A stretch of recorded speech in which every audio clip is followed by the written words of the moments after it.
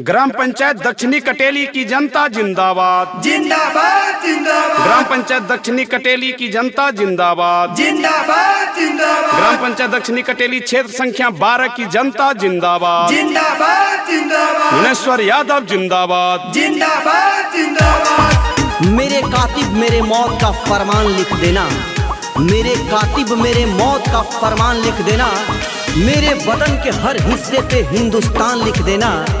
क्योंकि मुझे मस्जिद भी प्यारा है, मुझे मंदिर भी प्यारा है, कहीं पे राम तो कहीं पे रहमान लिख देना।